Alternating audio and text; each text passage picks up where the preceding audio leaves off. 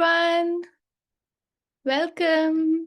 Welcome to today's skill building workshop. Today's topic is key strategies to prepare your ESOs for large grants. This was a very popular topic amongst a lot of ESOs that we have been speaking to. So we are glad to have this session today. So my name is Shami, in case you don't know me yet. My name is Shami, and I am the network catalyst at Pollinate Impact. Pollinate Impact is it's a member-led network of impact incubators and accelerators across the global south, and we empower incubators and accelerators. We empower and resource them so that they can better help the entrepreneurs in solving the biggest challenges facing people and the planet. So as far as today's session is concerned, right, as ESOs, one of our primary funding sources is grants, and writing these compelling and effective proposals to successfully win these grants. It's both there's an art to it and there is a science to it, right? And so, if you haven't attended one of our earlier sessions a few months back on writing effective proposals, then I highly recommend that you refer to our YouTube channel for a recording. But meanwhile, when you're so that's just writing proposals. Now, when you're tackling large grant amounts from these huge bilaterals and multilateral institutions, they pose their own set of unique challenges, right? They involve stringent requirements, very demanding, tedious processes, extended time frames, and it can be quite overwhelming, right? Where do you begin? So today's session, this aims to guide you through this journey. And joining us today, we are very fortunate to have Miss Rhea Penaflor from, I'll say from AssistAsia, and then when she provides her introduction, she has a very lengthy, she has a lot of things under her belt. So it's better that she introduces herself. But from my side, I will say that Rhea is she's a humanitarian. She's a global humanitarian. She's a development leader with 2 decades of experience within both public and private sectors. And she has expertise in leadership, governance, program development, and management and partnership building. So we're very fortunate that she is here to share her experiences on the topic with you all.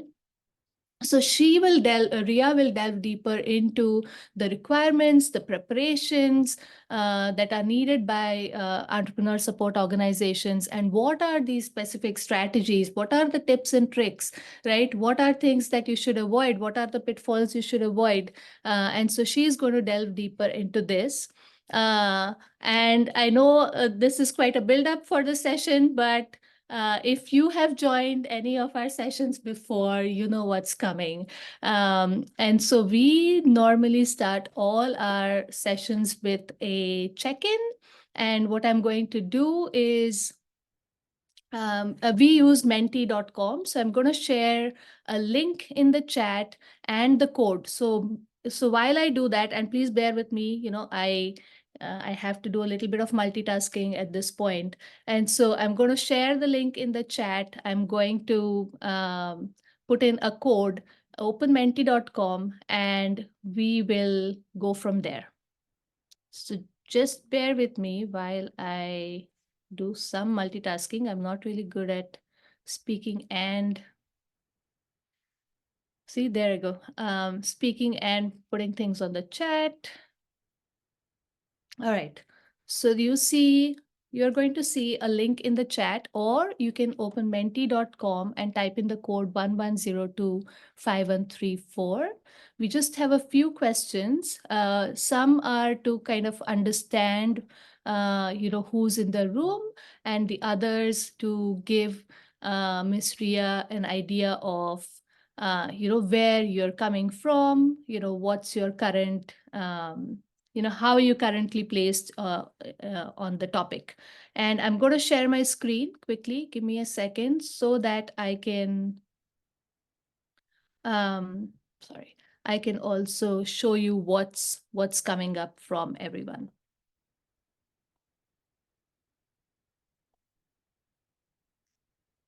All right. Okay.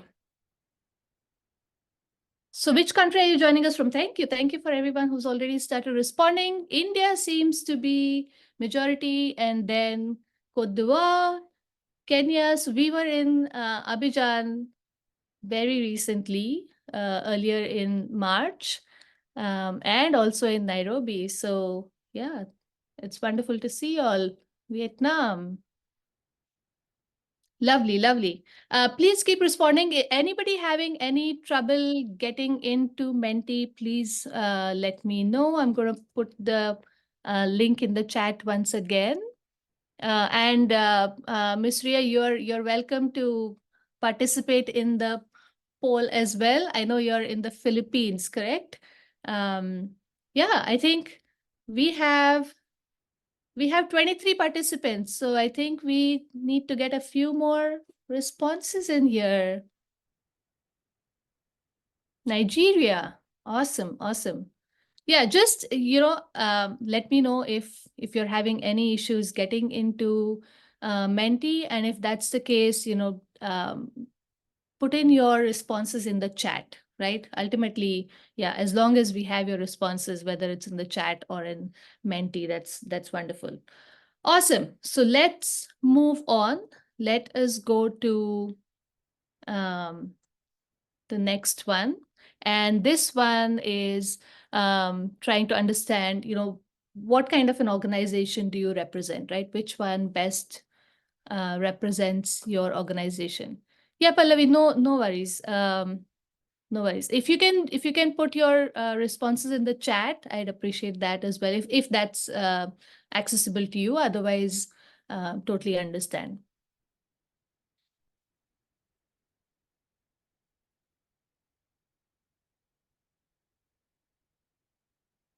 All right. We have 5 incubators, 1 consultant.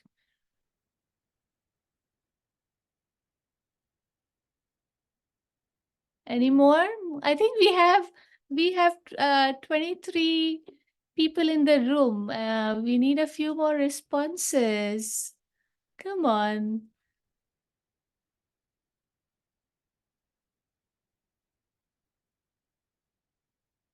All right. All right. I will, these are just some warm-up questions just to kind of get you used to Menti, because now we kind of get into the topic. All right, entrepreneurs. We have some entrepreneurs. We have incubators and accelerators in the room, consultants. Awesome, awesome. Thank you, thank you. All right, so let's move on. And this is kind of trying to now get into the topic and get an understanding of where you're coming from, right? So have you been a recipient of any of these multilateral or bilateral funding? And there's always an other. So I figured I'll put that option, although it's pretty much a um, yes no question. So all right. So majority of y'all have not yet received or applied for maybe these multilateral and bilateral funding. All right. That's good to know. So then you're in the right session. All right. It's catching up, the yes and the no. Okay, so in the interest of time, I will keep moving, but this poll is available for you to respond, as you're going through the session or even afterwards. Now let's go to where do you stand? So there's a couple of things that you need to rate, right? In your confidence in how prepared do you feel to write these proposals for these huge grants, and your confidence that you have the right team to write these proposals. So yeah, just on a scale of 1 to 10, 10 being the highest that you're extremely confident, and 0 being the lowest, or 1 being the lowest, what's your confidence level? What's the confidence level of the room, right? All right, so we're kind of somewhere in the middle.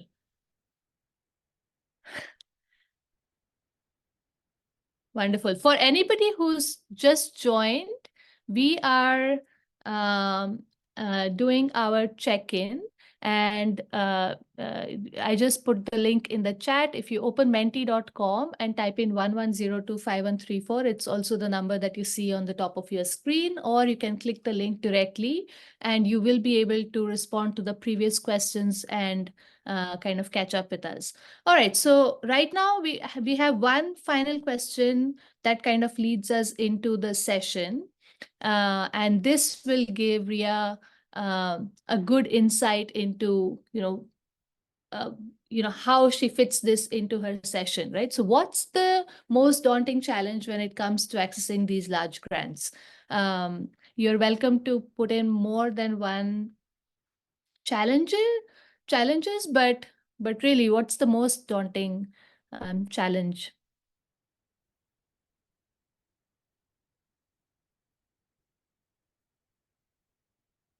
FCRA, the alignment and the requirements. Yeah, very, very stringent, very demanding requirements.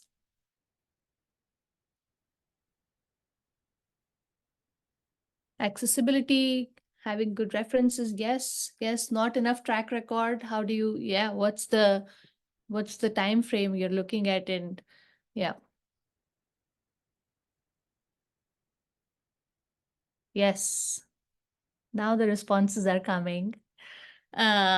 Documentation, legal compliance, very rigorous. Yes, everything, all really valid, really apt challenges. All right. I think this kind of is a good segue into getting into the session. I will not take up any more of your session time. Just a quick housekeeping rule, we will collect questions throughout the session and allocate time for questions and answers towards the end of the session. So we have a good amount allocated towards the end. So keep your questions coming so we can kind of manage them and address them at the end of the session. Yeah. All right. So with that, I will invite Rhea to please take over. Please give us a little bit of introduction about yourself. I know I didn't do justice to introducing you, and then please dig into the session.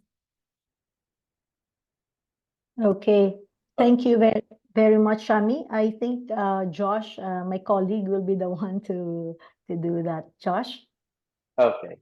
So good evening, everyone. So I would like to introduce Ms. Rhea Penaflor. She has been a seasoned humanitarian leader for over 20 years, as Shami mentioned. She has a lot of experience in international development, spanning public and private sectors. Her expertise is in leadership and governance, program management, social enterprise, digital transformation, public health, gender equality, climate resilience, research, training, and public safety. And she has held significant positions in different NGOs and government agencies and served as a research consultant through international NGOs as well. She has been committed to creating a more equitable world throughout her career. So without further ado, Ms. Rhea, I'll give the floor to you. Thank you very much, Josh. And again, good morning, good afternoon, good evening, good day to everyone. I believe we are all in different regions, Sub-Sahara, South Asia, and my fellow Asians in Southeast Asia. So I hope that you will be excited. You are not only excited, but you would like to learn from the experience also that I've had, no, in the past 20 years being involved in the grassroots until I became a consultant. So I've been a consultant until now for USAID projects um, in various capacities. And of course, I've also been in the national government of the Philippines now as assistant secretary or minister.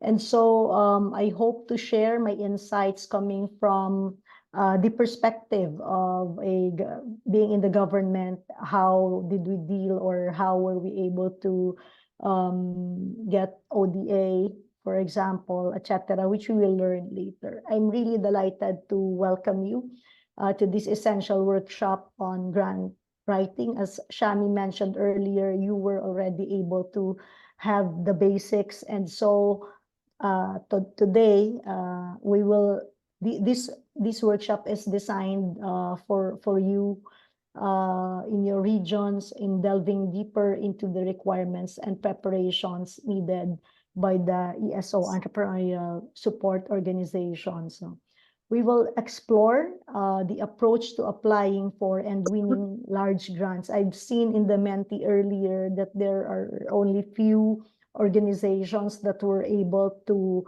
access funding from the multilateral and bilateral funders or agencies.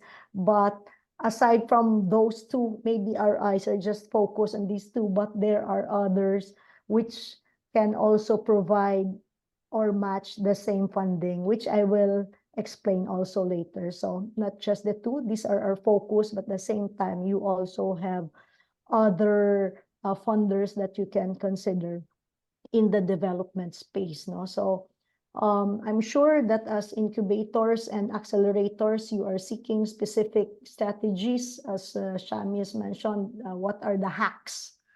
What are the insights on how we will navigate through this process? Why do I always get rejected? I wrote it's creative, it's compelling, it's heartwarming. I followed Steve Jobs' 3 rules. No, it should be creative, it should be concise, it's also emotional, it's appealing.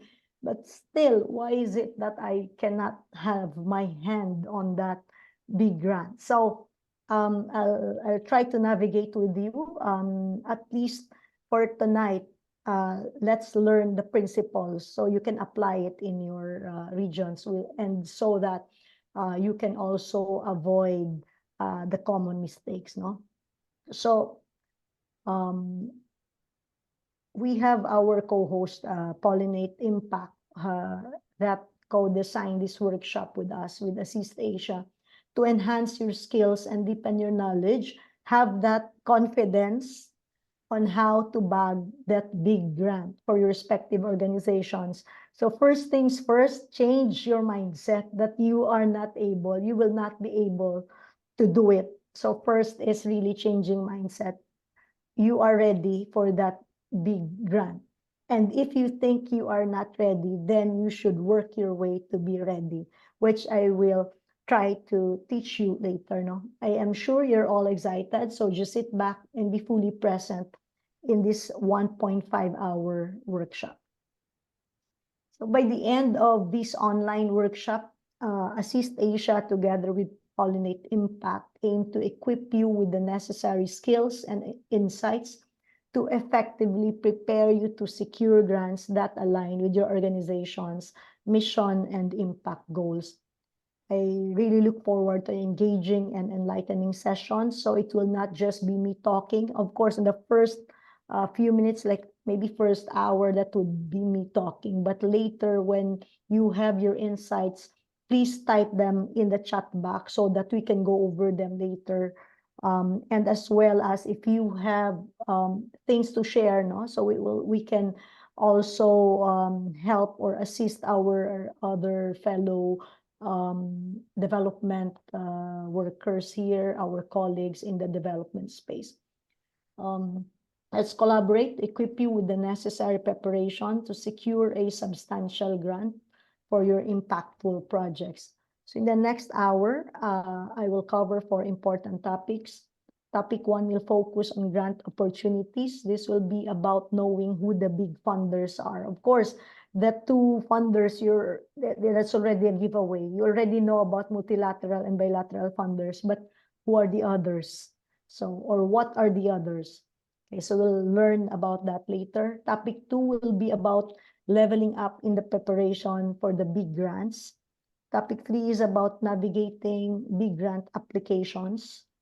So it's really about co-owning and embracing that you are already ready to navigate that big grant. And finally, strategic considerations in aiming for that big grant. Of course, you will have tactics. You have your, what will I do? Number 1, number 2, the steps. But what's your strategy? Okay, so that's looking at it in the macro level. No? So the remaining 30 minutes will be allotted for your questions or clarifications, as well as your key takeaways or discussions that you would like to make from this brief workshop. And before we delve into our first topic, may I request everyone to take a brief pause and examine yourselves on why you are in the development sector. What brought you here? Why are you in this development space? What brought you to be in the ESO space in particular? What motivates you? What is your life's purpose? Now think about it and hold it, okay? Park it at the back of your mind first, or you may also jot them down if you have a notebook there with you, or you can type them in your laptop. And we will start with topic number 1. We'll go back to that later, okay? Okay.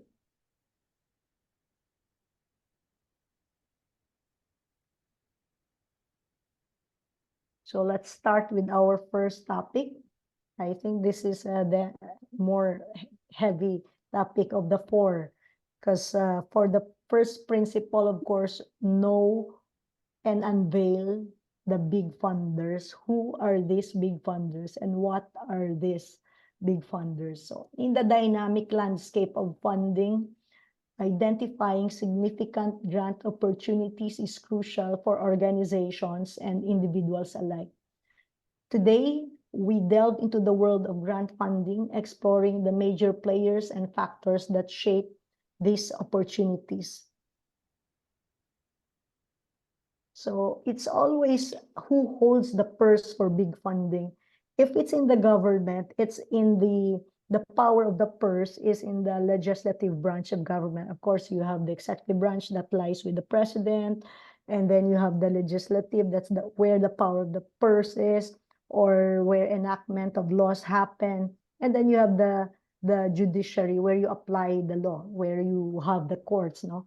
But for the private sector, who holds the purse for big funding? So like for us, for for non-governmental organizations or non-profit organizations, civil society organizations, where do we get funding? Where would you get ESOs? Where do you get your funding? And where will these big funds come from? While the answer may be obvious, let us review them one by one now. So in your screen, you see there's bilateral, there's multilateral organizations, there are corporations and high net worth individuals. Our focus for this purpose is on the official bilateral and multilateral organizations, which I'm sure you are familiar already. These are the popular funders, but also bear in mind that you have huge corporations as well as individual philanthropists who can probably match the funding capacity of these bilateral and multilateral agencies. And to do that, you also need to know where you can come in to these funders. No, that's letter C and letter D. Let's start first with our bilateral funders. Bi comes from the Greek root word meaning two. That's why you have bicycle, right? So bilateral funders are organizations or institutions that provide financial support directly from one country to another. So for example, India to the Philippines. So that's bilateral, from one country to another. Unlike multilateral, comes from the Latin root word multus, meaning many. मैं छुट्टी में था office तो खुला हुआ था Okay. Dr. Bupish, I think मुझे याद दिलाना, you मैं भूल yeah, गया, नहीं तो मैं तो सोच रहा था मम्मी मम्मी you के चक्कर में forgot to हो turn गया off your हो गया होगा। yeah. हाँ, डब्बी उस सैंपल तो उसी समय हो गए थे Okay. May we request Dr. Bupish to please उसके और वो mute. Okay, thank you. Yes, this also Sorry happens about that. sometimes. Yeah, it's okay. This happens sometimes when we have it's not a face-to-face workshop. Anyway, going back, multilateral funders pool resources from multiple countries, no? So these are the difference, no? Bilateral funders, on the other hand, they operate on a more specific scale. They establish partnerships with recipient countries or organizations delivering in aid and funding for various purposes. It means that they have ties, no? Ties with these countries, supporting development projects, humanitarian aid, and capacity building initiatives worldwide. Okay, the largest and most well-known bilateral organizations. I think my slide is not moving. Check. It should be the next slide. It's still the same. Okay, there. So the largest and most well-known bilateral organizations and agencies, if you want to focus on them, are, of course, you have the USAID, United States Agency for International Development. You have the Foreign, Commonwealth, and Development Office. It's formerly known as the DFID, or the Department for International Development. You also have Swedish International Development Corporation. You have GIZ. You also have China International Corporation Agency. These are examples. And the assistance provided by these bilateral organizations are commonly known as ODA. No? So we usually term it as official development assistance, and not really as bilateral assistance, but we call them official development assistance. In your screen, you would see as to who are the recipients now. So usually these are low and middle income countries and the least developed countries as defined by the United Nations. Okay. So also on ODA eligibility, take note of this. The membership of the Organization for Economic Cooperation and Development, or the OECD, or the Development Assistance Committee does not affect eligibility to receive ODA. So even if you are members, you can still receive ODA. Because several OECD members have been on the DAC list for many years, and they also continue to receive ODA. But currently, no DAC members are on the list, but the DAC has made that clear that leaving the list is not a requirement for DAC membership. No? Likewise, provision of statistics to the DAC Secretariat has no bearing on a country's eligibility to receive ODA. And today, there are a number of countries that are both significant providers and recipients of ODA, like Thailand, Turkey, both of which report their flows to the DAC. So I hope that on the ODA side, that's clear for our participants. There are several bilateral and multilateral funders present in the sub-Saharan region, and these are just some of them. No? Some individual countries that provide aid directly to other countries, for example, France, UK, Germany.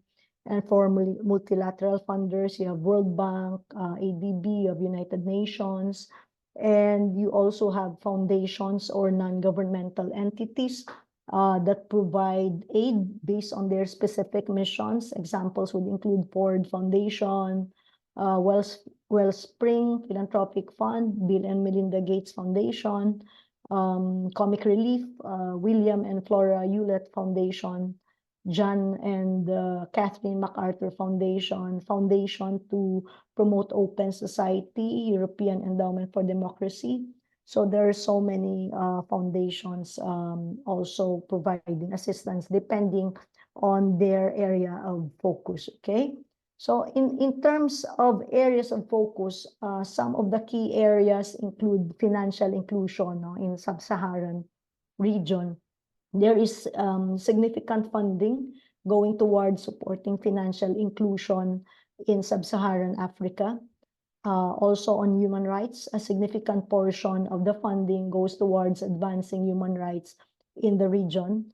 In 2018, there's also 44% of humanitarian aid that was provided there, no, consisting of the total earmark funding. And for social intervention, it received 17% total earmark funding. And governance interventions received 13% of the earmark funding, no? Okay. Okay.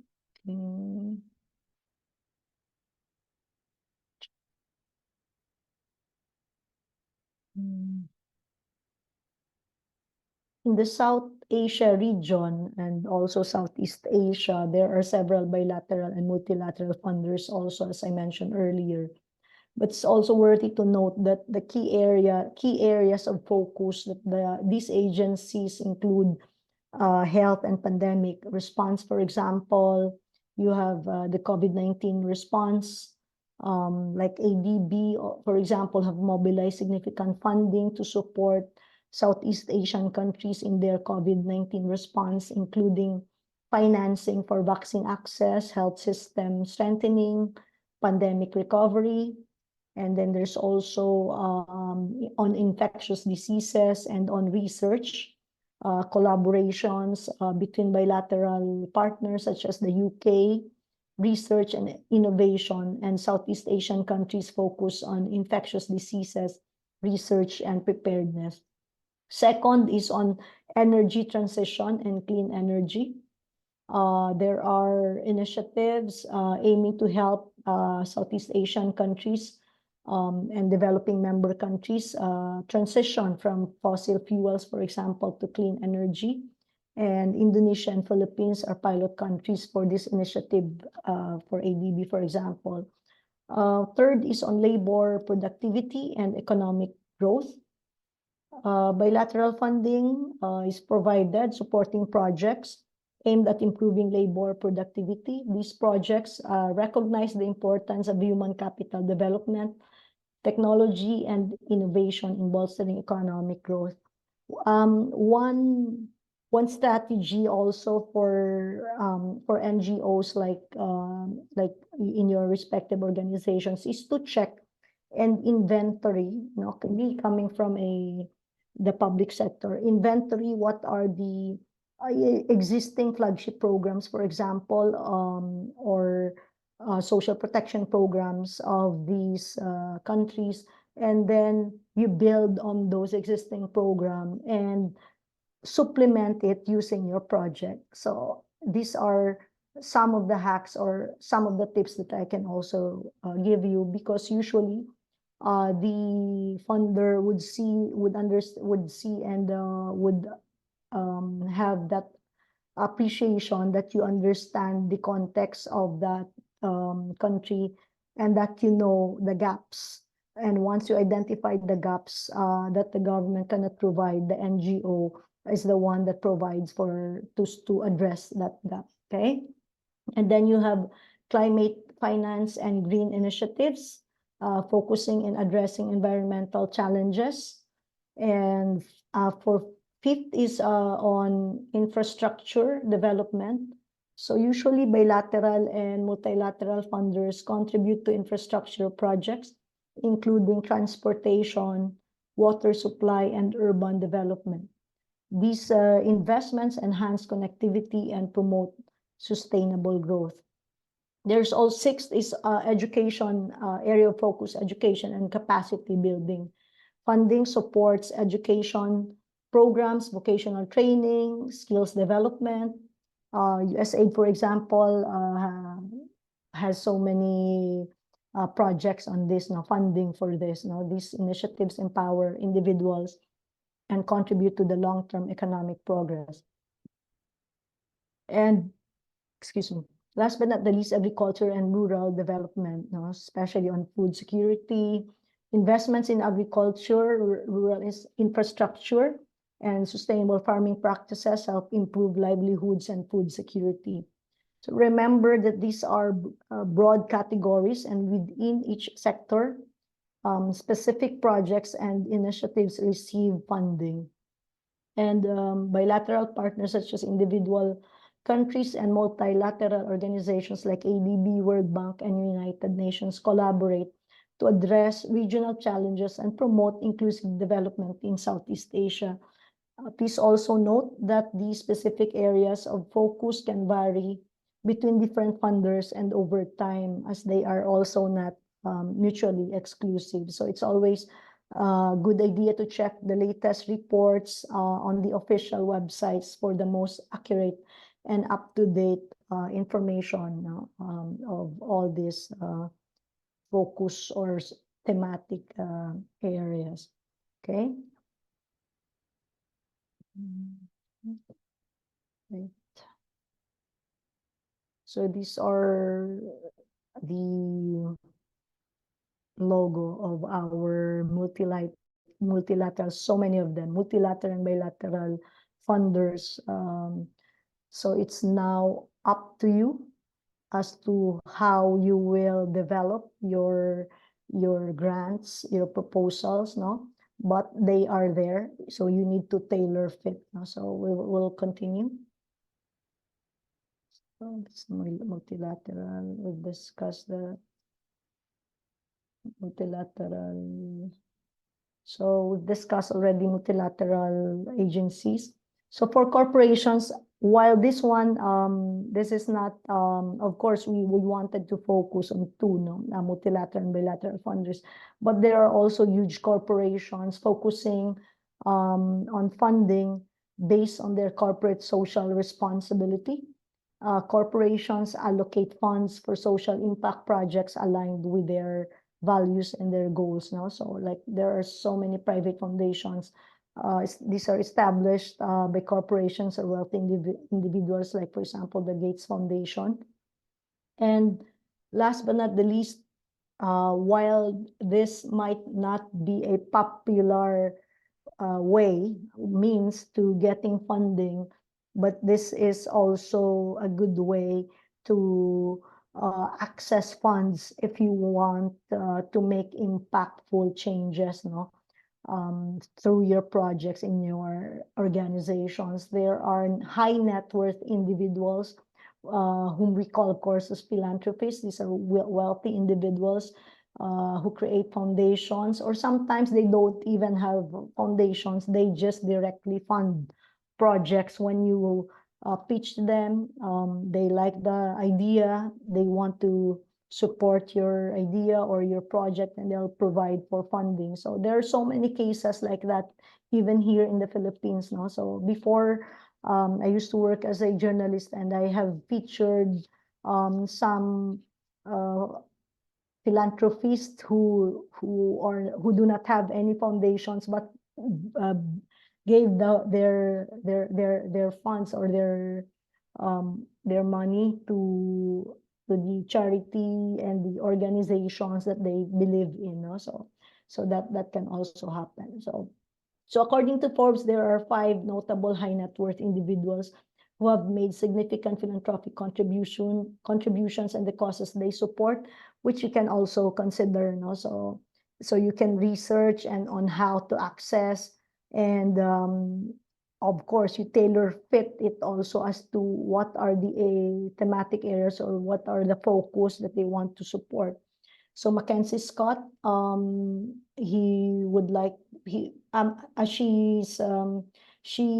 lifetime giving is 1.3 billion. She announced a total of 5.8 billion in grants to 500 different groups across United States. I think that was after her divorce, right? That's what we know, but that wasn't the reason why she's donating. But or giving her her money, or what she calls as lifetime giving to those who are in need. So that she announced she will be giving total of $5.8 billion in grants, no?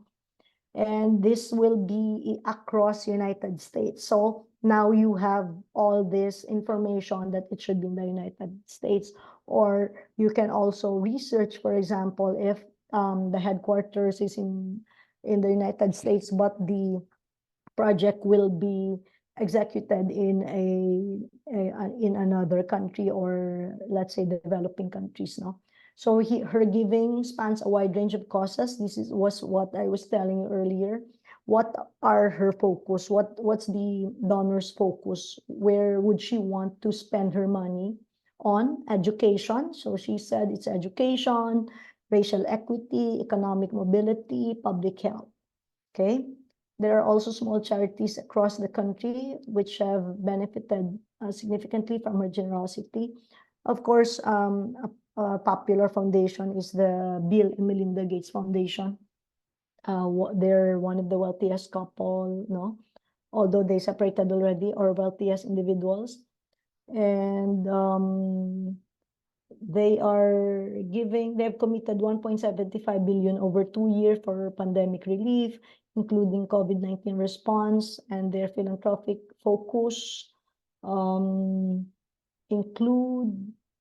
extends to global health, education, and poverty alleviation. So you can also focus on this if you also want to access the Gates Foundation.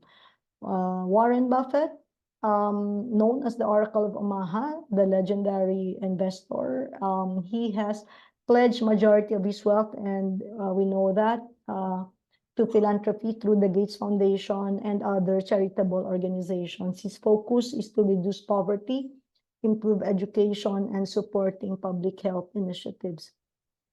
Next, fourth one is George Soros. He has been a strong advocate for pro-democracy causes. He aims to promote open societies, human rights, and social justice. Has also supported education and healthcare initiatives. Last but not the least, it's Gordon Moore, who co-founded Intel Corporation. So he's known for Moore's law in computing. And his philanthropic efforts include funding scientific research, environmental conservation, and education. Okay, so he has contributed significantly to advancing technology and addressing global challenges. These philanthropists that I mentioned, the top 5, have made substantial contributions to various causes, and their impact continues to shape the world in meaningful ways. Again, as I said, I'd like to impart to you the principles. No? So if you are in India, for example, of course, you know who are also the top 5 or top 10 philanthropists in your country, which you can also like write, no? You can write to them, or you can request for an audience, no? But of course, you need to also prepare before you talk to them or write them.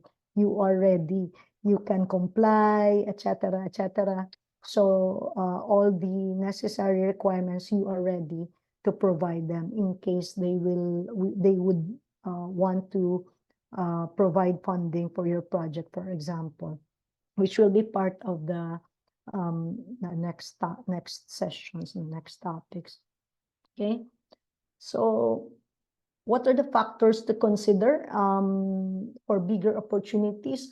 It's important, my dear participants, to focus, no? Prioritize your regions or countries aligned with your project.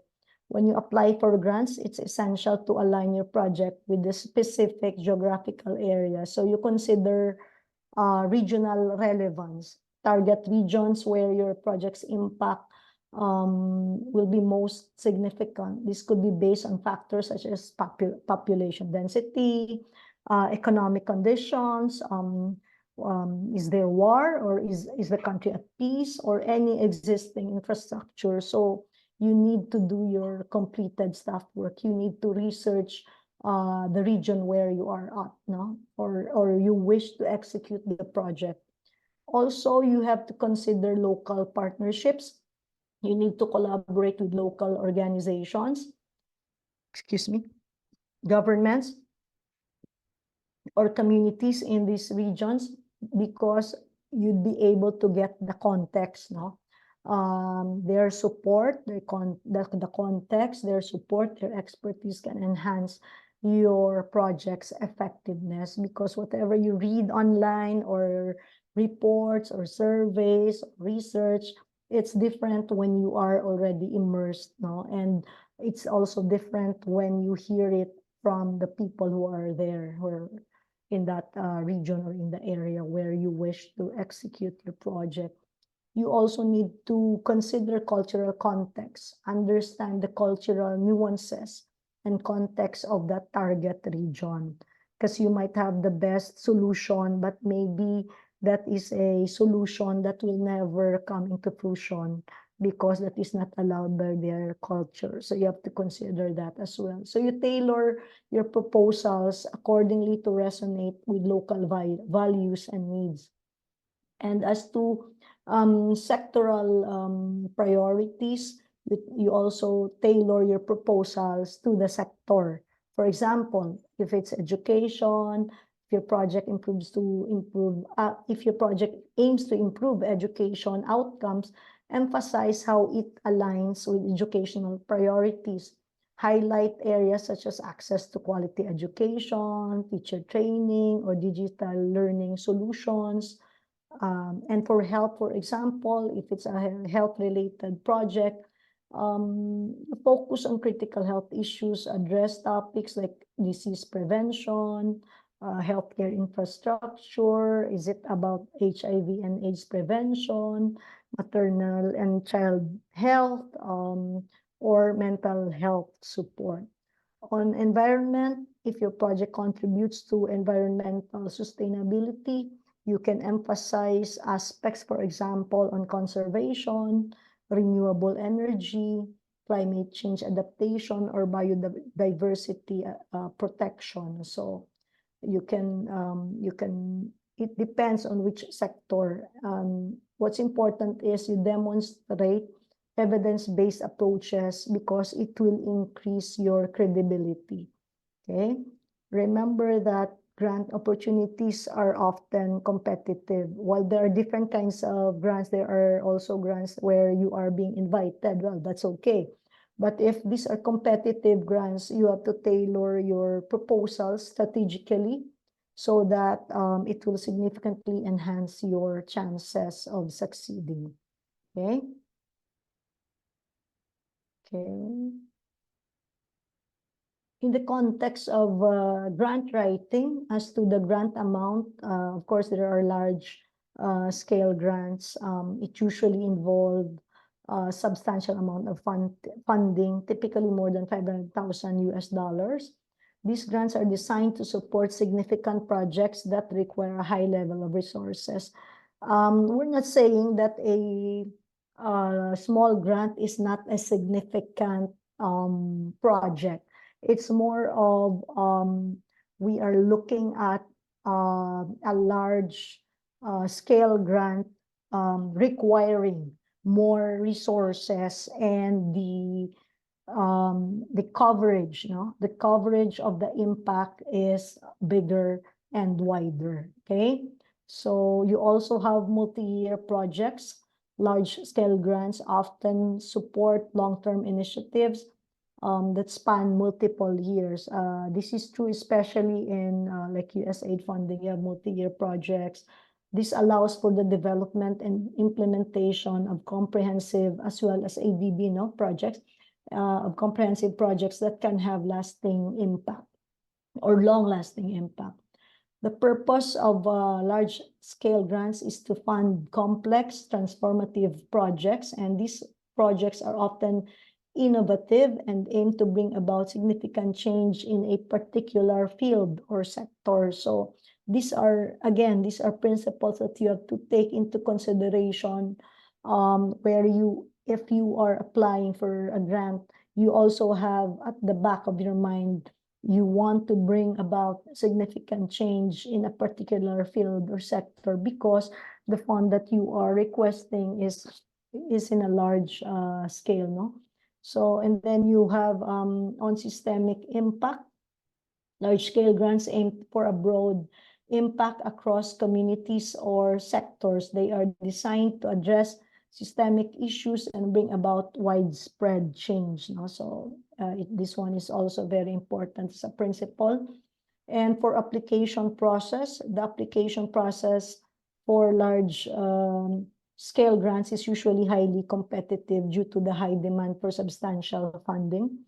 And applicants must present a compelling case for their project, demonstrating its potential for significant impact. That's why if you've already applied before for huge grants, no, or big large scale funding, they would also request if you have similar projects of that scale, and like how many years have you been doing the project? Like, did you have, like, are you already in 5 years as an NGO doing that? And if, like, right now you're incubators or you just started, that's still okay, because you can start with pilot testing, no, or small grants, which we'll discuss a little later. When you do pilot testing, until it can also lead to big grants or large scale grants.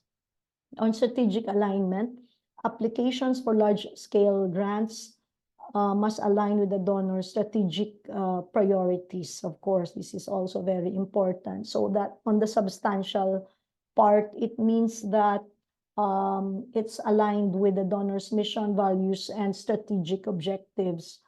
In summary, large-scale grants are a significant source of funding for a complex transformative project that aim to have broad and systemic impact. Okay, so small grants, let's go to C. So here, as I mentioned earlier, even if you just started, or you just put up, or you have just set up your NGO or your nonprofit organization, for example, that's still okay. You can start with the small grants. No, let's delve deeper into the concept, and that it is also important. No, small grants typically involve lower funding amounts. These are often more accessible, especially for smaller organizations or individual researchers, as they require less extensive project proposals and financial management capacity. For short-term, small grants are usually designed for shorter projects. They are ideal for initiatives that can achieve their objectives within a short time frame, typically less than a year. No? There are also, the purpose is local initiatives, because it supports community level efforts. They are particularly effective in reaching grassroots organizations and local communities, enabling them to address specific local needs or challenges.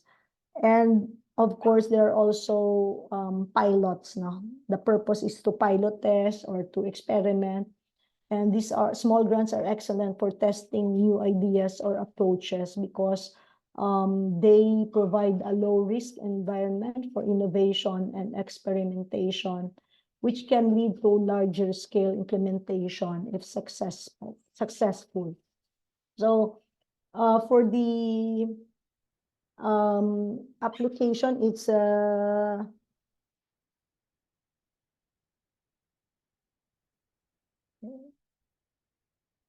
what was that? Sorry about that. For the application process, it's less complex. The application for small grants is usually simpler and less time consuming than for larger grants. Okay, this makes them more accessible to a wider range of applicants, including those with less experience in grant writing. Small grants often have a faster decision-making process, so there's a quick turnaround, meaning applicants can receive funding and start their projects sooner. While large-scale grants are crucial for driving systemic change, small grants play a vital role in empowering local innovation and testing new ideas. And both types of grants are essential tools in advancing social impact and achieving diverse funding goals. So again, it's okay if you can start with the small grants at first, so it can also build your confidence, no? So you need to understand though how to effectively apply and utilize these small grants, no? And it's a valuable skill for any grant writer or organization. And once you're able to successfully navigate the world of small grants, it can, as I said earlier, it can eventually lead to bigger grants because you also need to establish your proof of concept, okay? Usually this happens in small grants. So in conclusion, for our first topic, understanding big funders and their preferences empowers you to navigate the grant landscape effectively. So each opportunity, whether it's small grant, big grant, or talking to the philanthropist, it's a chance to make a difference. So you have to prepare and you need to be ready. Okay. Okay. So perhaps if you would you want me to continue or would you like to pause and ask questions? My only the only thing is that maybe the questions that they will ask will be on the second, third, or fourth topic. So how would you like that? How would you like us to proceed? Priya, I think in the interest of time, I think let's keep moving. We Continue. do have Okay. some time allocated towards the end. Okay. And as we move through these topics, I can also collect the questions. Okay. Okay. So Thank let's you. let's move to topic 2. As you embark on your journey to secure grants, it's essential to also level up your approach. In this presentation, we will talk about key strategies and requirements to enhance your grant application game, okay?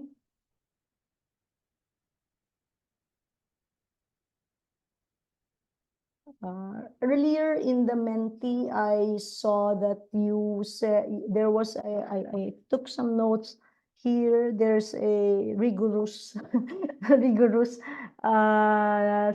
legal requirements, which is true because of course these are people's money. They would always say, well, it's American people's money. It's Europe, it's the money of the people of the country funding these countries, no? So by leveling up your grant application process, you increase your chances of success. So let's dive into the specifics. First is the certifications and legal requirements. Remember that you need to have country legal documentations. Again, we already were done with the topic 1. You might, you already know your funders, you know where they are, and if they are present in the regions that your organization is covering, but you might not have the certifications and legal requirements necessary for you to get the funding. So it's very important. First, country legal documentations, which may vary from one country to another. So familiarize yourself with the legal framework specific to what you need, okay? Specific to the country. Different regions have varying regulations and requirements related to grant applications. Remember that compliance matters. So that's even the minimum of it. Compliance is the minimum. That's the bare minimum. Of course, excelling is, like you're really ensuring that all the documents are in order. That's another thing. But compliance is the minimum. So ensure that your organization complies with the local laws and regulations. This includes understanding your reporting obligations, the tax requirements, And by tax requirements, also understanding how much tax you will pay, when you will pay, etc. Okay, and any other legal aspects relevant to the funding. Second is make sure that you have certifications to boost your credibility. And by certifications, these should be legitimate certifications and not just, like fly-by-night certification that has no bearing. So seek relevant certifications and consider obtaining certifications that enhance your credibility. For example, those that include project management, and then those that are the legitimate Six Sigma, Lean Six Sigma certifications, if these are needed in the funding that you would like to access, no? So think about them and make sure that you get these certifications, because it will demonstrate your proficiency in managing complex projects that you're certified. Your people are certified, or your organization is also certified based on the need and the aspect, no, what are the area of focus. And also nonprofit management certification. This will validate your expertise in nonprofit administration. These certifications that I mentioned not only bolster your qualifications, but also signal to funders that you are committed to excellence, no? That they can trust you, of course. It's very important. There are also external certifications or industry-specific credentials, especially, for example, on climate change, there are environmental certifications. And if your organization is focused on this area, then you need to have this industry-specific credentials related to that field, no, or industry. So it could be this could be environmental standard certification, if your project aligns with environmental goals. So having this certification would showcase your commitment to sustainability. Also on quality, if you have quality management certification, it will demonstrate your adherence to best practices and quality standards. And remember, external certifications, external legitimate certifications provide an additional layer of validation, and it also builds trust with your potential funder. Okay. On financial standing, there's a need for you to conduct regular financial audits, because transparency is essential for funders who want assurance that their resources are used wisely and efficiently. Also ensure that your financial records are accurate, well documented, and adhere to accounting standards. So it should balance, no? So regular audits instill confidence in your organization's financial management. That's why when you are asked for a proposal, part of the requirement is providing your financial standing, financial support report that can be seen, no? That can be whatever goes in there, your funder can check and verify that you have a healthy financial standing, for example. So it's very important. Also on tax compliance, so you have to stay informed, no? And you have to be kept abreast of tax laws and regulations, because this will be this is ever evolving tax because the laws are also evolving based on the needs, no, of the people, and it depends on your legislators, on your policymakers, if there's a need to amend the laws, tax laws and regulations. So it is tax compliance is critical for maintaining a clean record.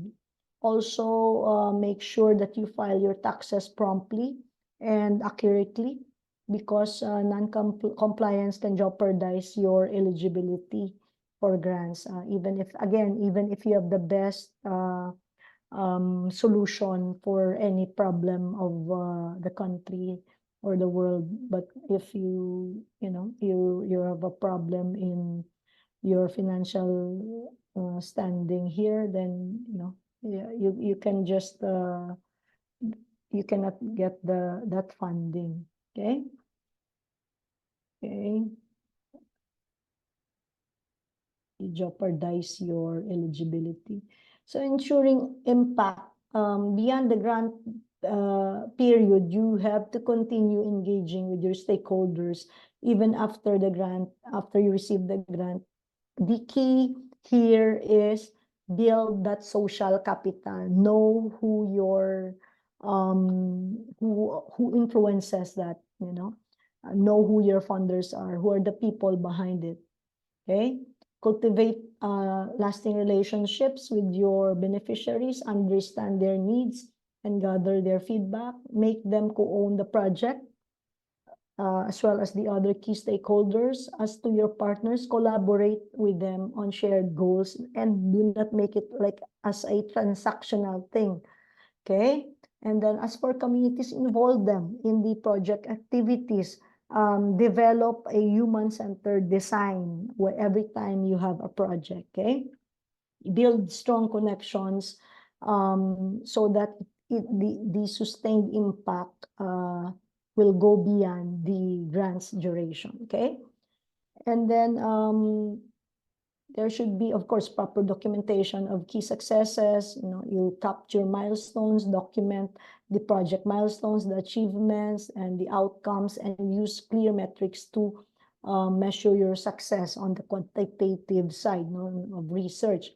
Because data is very powerful, so back up your impact claims with data and always quantify when possible. And on the qualitative method of research, you have case studies and success stories. So share compelling narratives that highlight the positive change your project brings. Personal stories usually resonate with funders and stakeholders. They like to have these kinds of stories, no? Okay.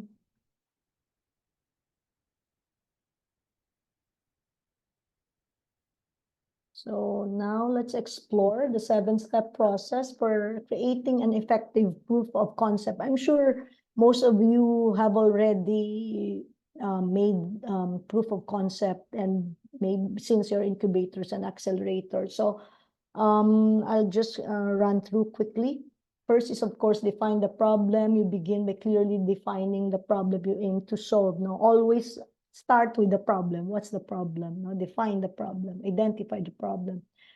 Understand the need and analyze trends, identify gaps or pain points that your idea could address, and then pinpoint your target users, those facing the issue you intend to solve.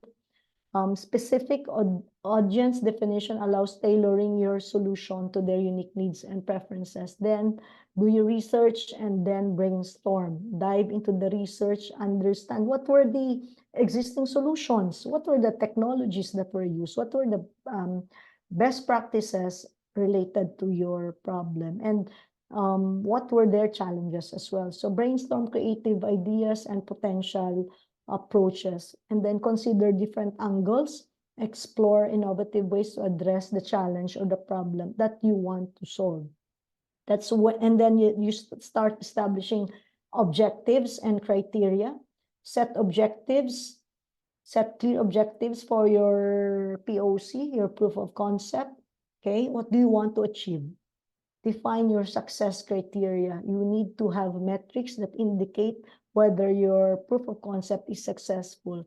Your objectives could include demonstrating feasibility, validating a specific feature, for example, or testing a critical assumption.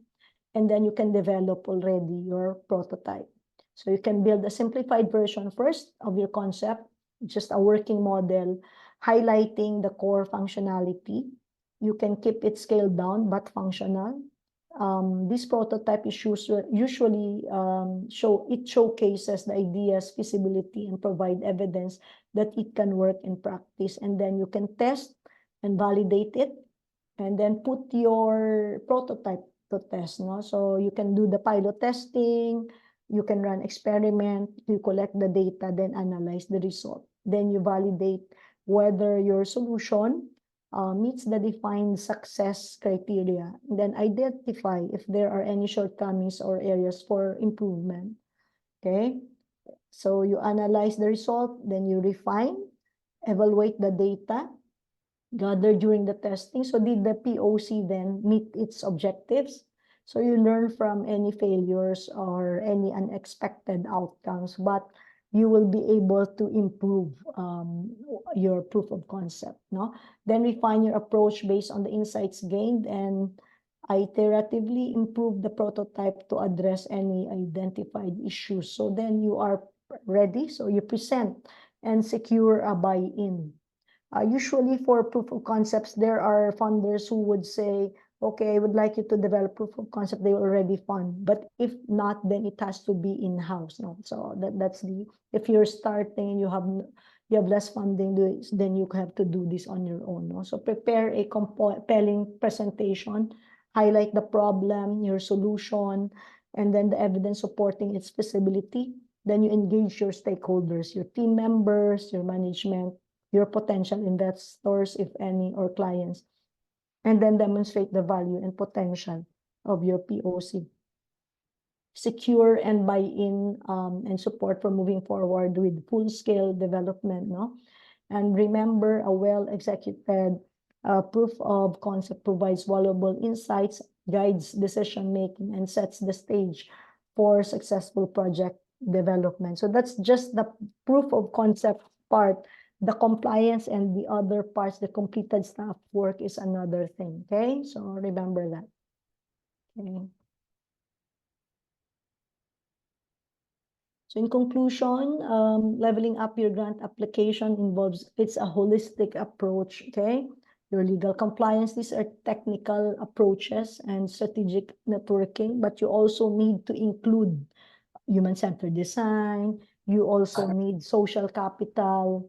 It should be holistic. You just don't use your brain, you use your heart also, and you use your knowledge, your practical wisdom, the explicit knowledge, and the implicit knowledge, no? Meaning to say, the subjective knowledge that you have in the region or in the grassroots to ensure your success, okay? Okay. Okay.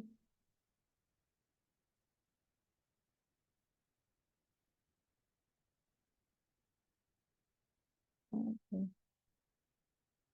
I think for the last the points and references before we go to okay, so we're now topic 3. It's okay. Okay. Do you see topic 3 now? Okay. Yes.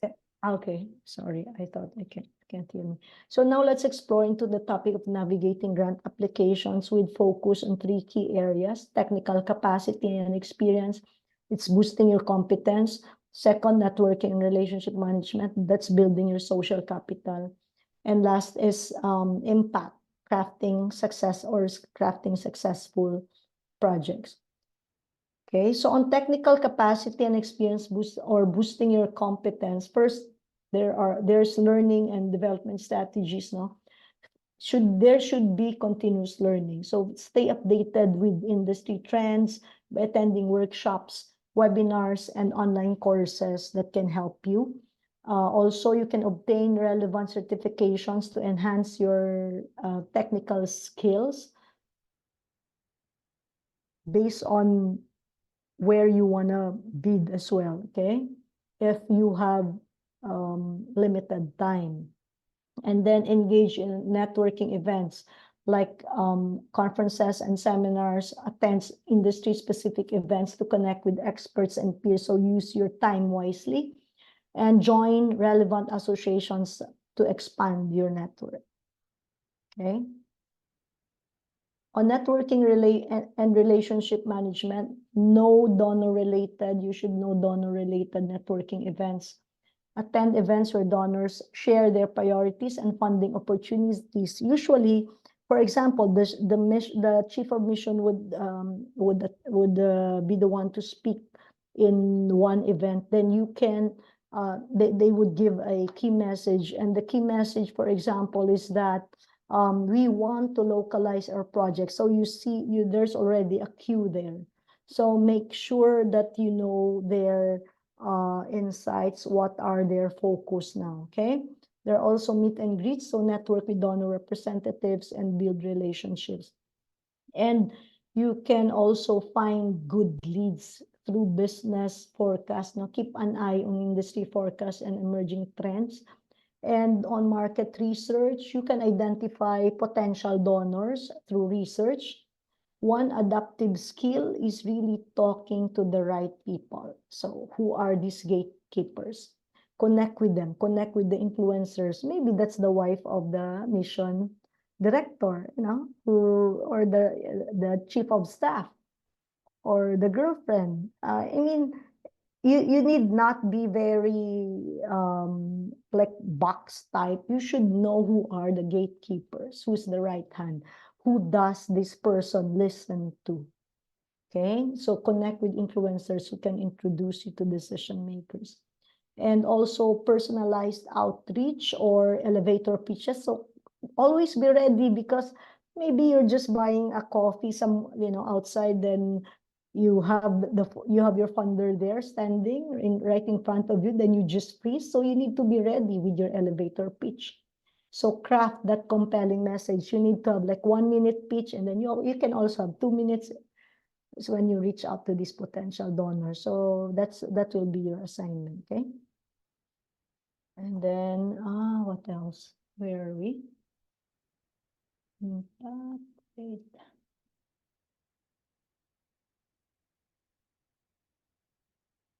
Okay. So on crafting successful project, understand key points of grants. Always remember what donors look for in grant applicants or in your applications. Then ensure that your project aligns. I mentioned this earlier. So you also learn from your past projects, analyze why they didn't work or why they became successful. You can always look at the patterns, understand what worked, and apply those insights. But the basic principle really is know deeper your funder, okay? I think this one, these are just reiteration of what we have talked about earlier. You package, of course, your project for success, no? Define your project goals and outcomes. All of this must be really clear, present a realistic budget and project timeline. Remember, successful grant applications require combination of technical competence, effective networking, and clear understanding of donor expectations, okay? So it really involves impactful project development and all the other requirements. So let's go to the last topic, grant writing. What are the key considerations?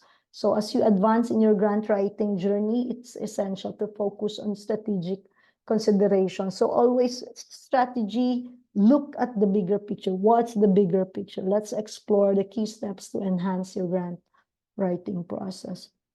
So in developing clear systems and processes in partner and donor engagement, you need to have effective communication, because this is the cornerstone of successful partnerships. You are able to communicate, and whatever you say would really be understood by your donor partner. Here's how to foster strong relationships through effective communication. It should always be through transparent and clear channels. So establish clear communication channels with partners and donors. Who speaks to whom, and how are there so many layers? Who talks to whom? Do you only have like one stand on this, or what's the idea, so that your donor or your funder is also not confused, okay? So transparency builds trust and ensures everyone is on the same page. Also, you do regular updating.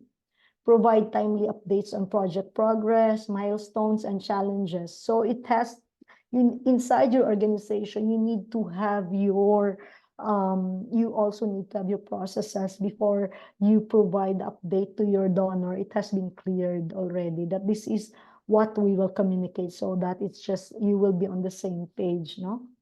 And then regular communication keeps stakeholders informed and engaged. For collaboration frameworks, collaboration is more than just working together. It's about creating a framework for efficient teamwork, okay? So define clear roles for each partner and team member. Who does what? Who is accountable for specific tasks? Who speaks to whom? Again, and then your expectations, set realistic expectations. Do not overpromise. Okay, what is it that you can do? Okay, be transparent about your project timelines, deliverables, and outcomes. Also streamline collaboration processes, because efficient workflows lead to better results. Okay. Understanding the donor's wants. So, of course, your focus is what does the donor want from your organization. So you need to deliver that.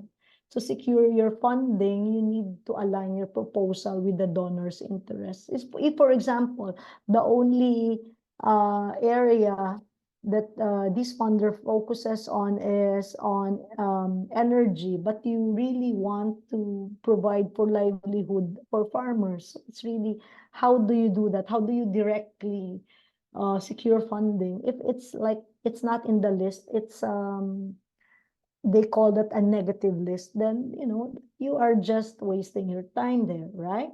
So investigate your donor, get to know the donor deeper, understand who the donors are, what's the background of the donor, if it's an organization, if it's a philanthropist, what's his background, what does he want to help with, what kind of organization or focus area would he want to help, no? So research their history, their values, their mission, what causes do they support, identify the donor-specific focus areas. Are they passionate about education, healthcare, social justice, human rights, etc.? Then align your proposal, craft your proposal to resonate with their goals, and show how your project directly contributes to their mission. Then you can tailor your approach, because donors appreciate personalized proposals.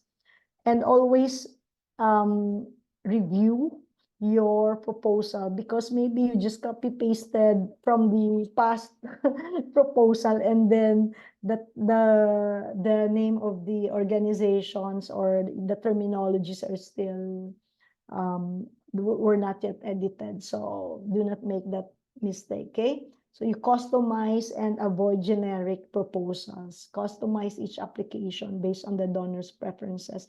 And then address also pain points.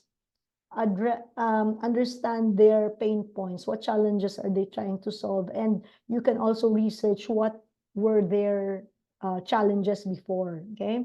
And how can your project alleviate those challenges? What's unique about you that the other organizations or other projects were not able to do? And last but not the least, demonstrate that you are fit, you are perfect for this funding, no?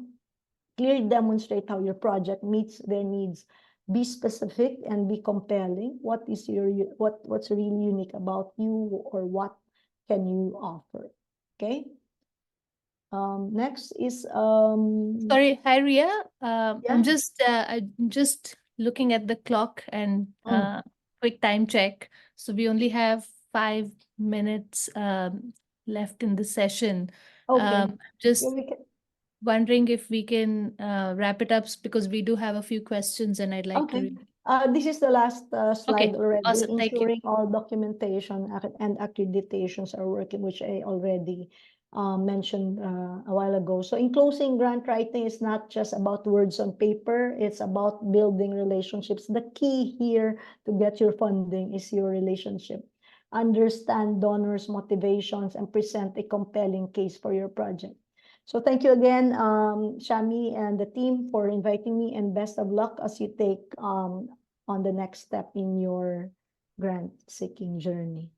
Yeah, thank you. Thank you, Rhea. So I think there's a couple of questions and we can quickly address them. One is, I'm kind of going backwards in the order in which they came. So for large grants, Samuel asks, to seek consortium and require, partnerships, what are some of the strategies to form these partnerships and identify who are the best organizations to work with to kind of, improve your chances of winning these grants? Yeah.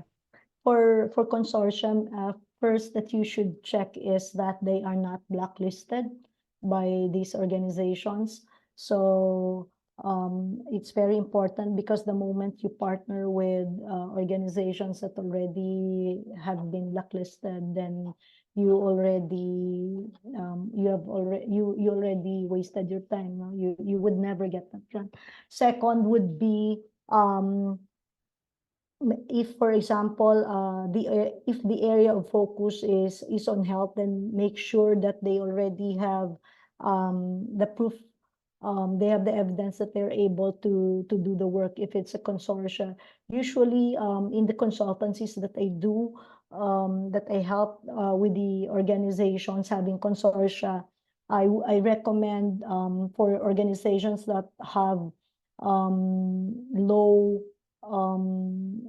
presence or on areas on health, for example, they're just focusing on livelihood, to partner with those that have already secured funding with multilateral and bilateral funders. So you can also check on those things, that these organizations have already been recipient, and like so many, and if they are rolling, if they are currently incumbent recipients also of funding opportunity. So that would be important. Of course, that's on the technical side. On the adaptive side, you can also check in the development space.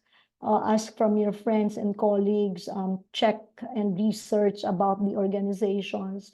How are these organizations doing, or like what's the culture of these organizations, and then make a decision based on those criteria. Awesome, thank you. So maybe quickly, Celeste asks, and a valid question, right? Should we use outside services for these, when it comes to this kind of grant writing, or is it better to do it in-house? For me, I would recommend both.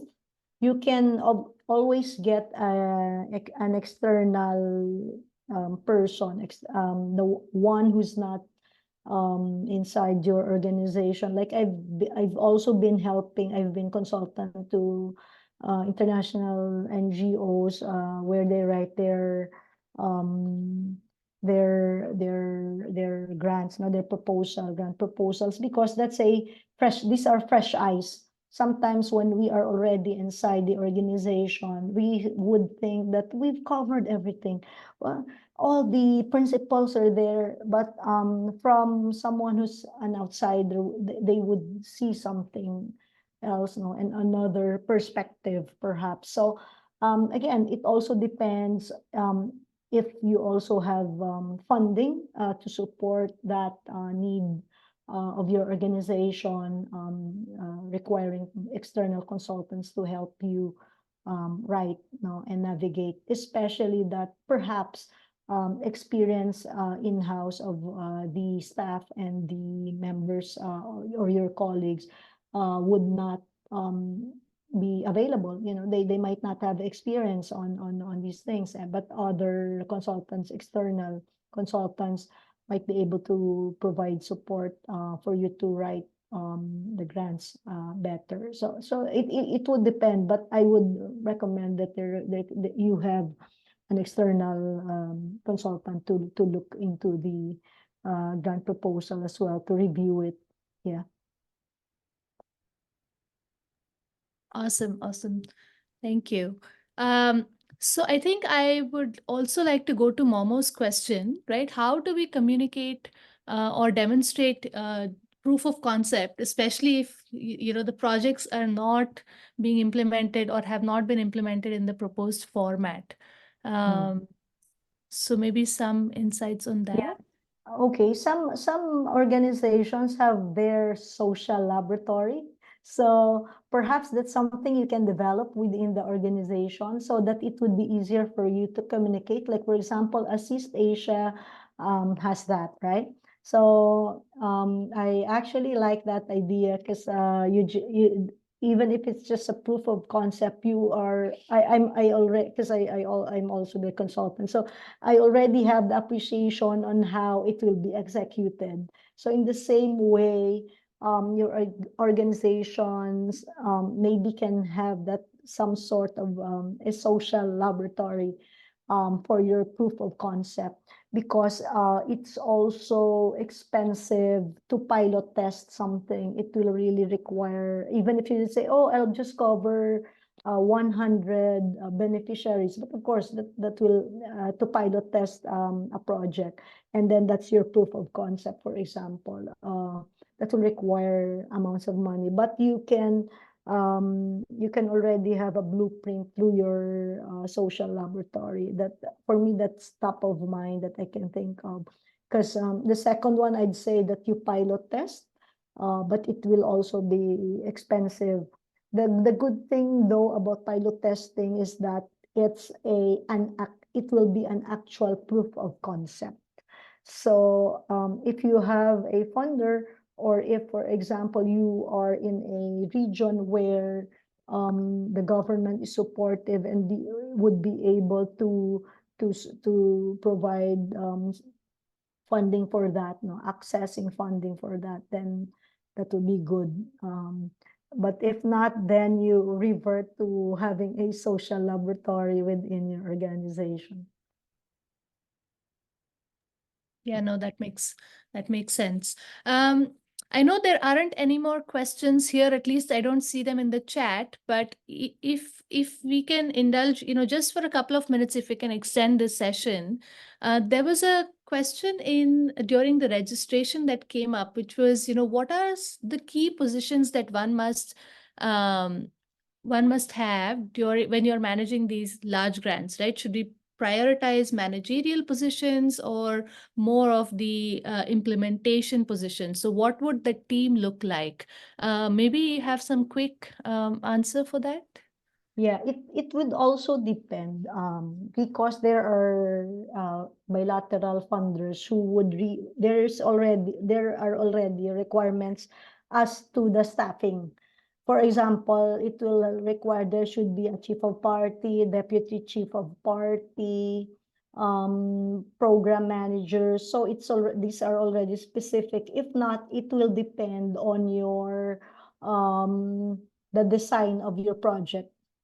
So for example, the project, let us say, is a graduation. It's a graduation project from poverty, ultra poor. Let's say it's an ultra poor graduation project through, like, let's say, through livelihood. And then what you need are, you only need 3 program managers, 3 program coordinators, and then 3 field staff.